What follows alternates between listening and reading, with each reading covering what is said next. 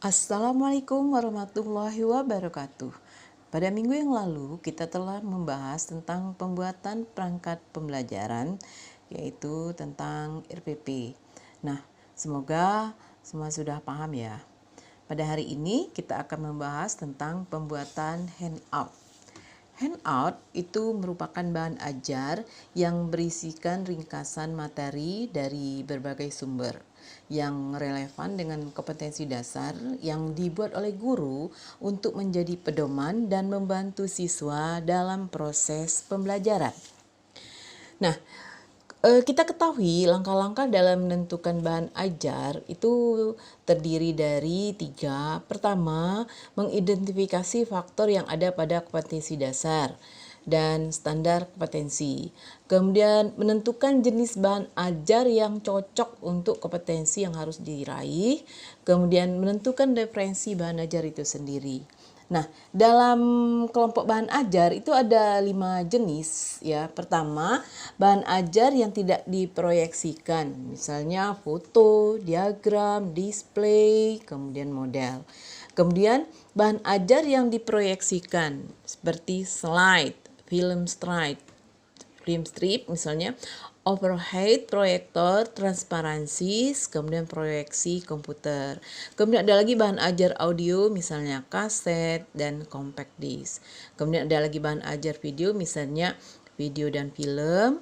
Kemudian ada lagi bahan ajar yang berupa komputer mediated instruction atau komputer based multimedia atau hypermedia. Itu termasuk kelompok bahan ajar.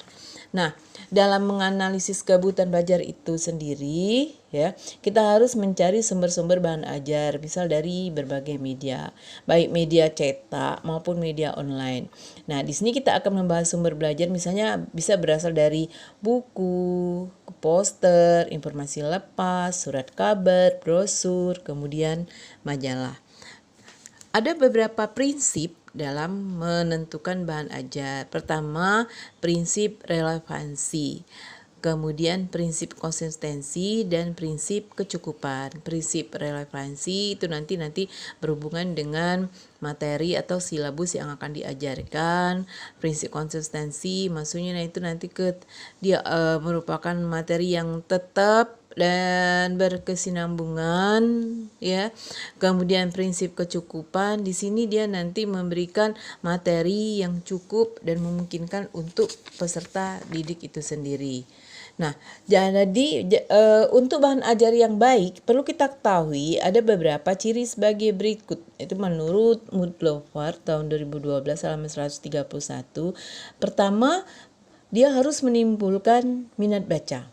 Ya, terutama pada waktu kita melihat bahan ajar itu sendiri, maka si peserta didik itu atau siswa itu sendiri nanti akan tertarik untuk membacanya.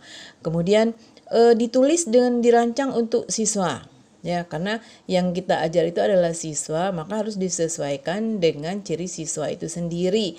Tentu beda nanti setiap siswa, kalau siswa SD misal beda lagi, SMP, SMA itu nanti beda lagi ya. Dan kemudian menjelaskan tujuan instruksional. Tujuan instruksional itu tujuan kita untuk mengajarkan bahan ajar itu sendiri sebenarnya untuk apa ya.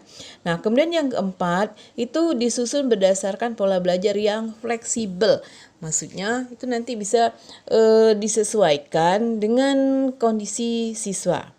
Dan kemudian yang kelima, struktur itu berdasarkan kebutuhan siswa dan kompetensi akhir yang akan dicapai. Jadi siswa itu nanti disesuaikan kebutuhannya bahan ajarnya nanti. Itu kalau kita materinya itu nanti tingkat SD, SMP dan SMA tentu untuk kebutuhan dasarnya beda. Ya, kemudian kompetensi akhir juga beda.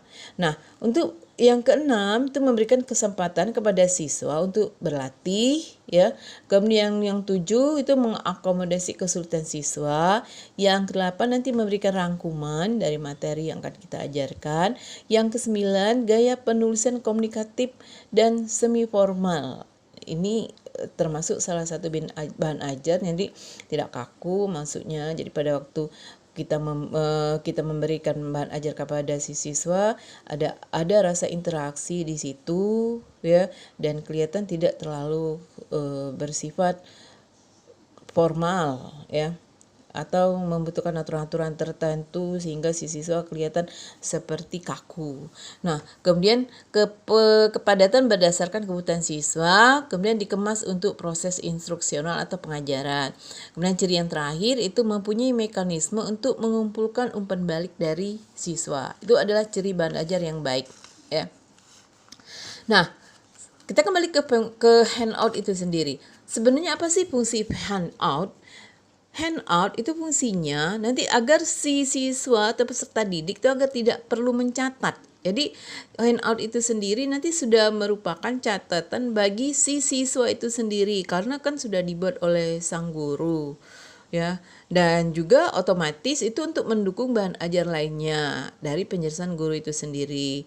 Kemudian yang ketiga, dia juga memperlancar memberikan bantuan informasi dari guru ke muridnya itu sendiri.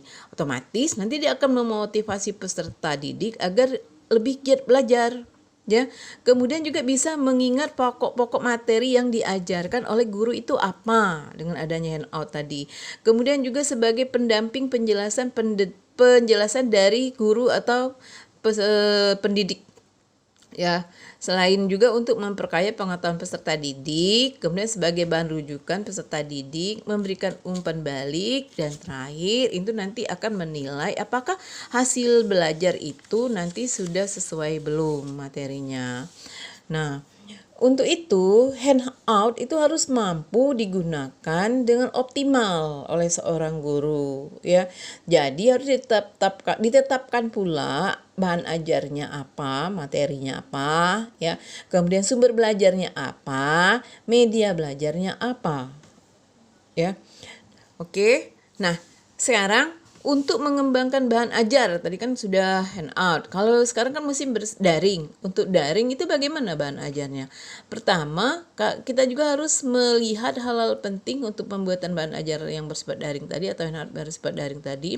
Karakteristik peserta didik. Masing-masing peserta didik memiliki gaya belajar yang berbeda. Ada yang cukup membaca saja, ada juga yang membutuhkan penjelasan. Kemudian yang kedua itu termasuk juga kita harus memperhatikan kondisi geografisnya. Peserta didik juga harus diperhatikan, jangan sampai peserta didik yang tinggal di pegunungan tetapi guru membuat bahan ajar berupa video pembelajaran.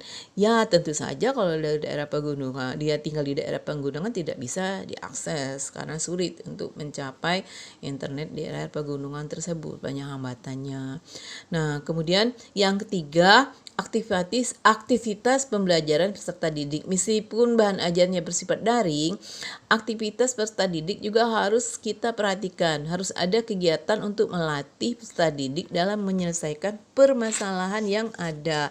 Jadi tidak hanya diberikan bahan ajarnya saja, tapi juga harus diberikan latihan untuk peserta didik itu sendiri. Nah, berikut ya, ini adalah contoh-contoh untuk beberapa handout ya. Nah, ini contoh untuk materi yang mengenai metamorfosis seperti biasa.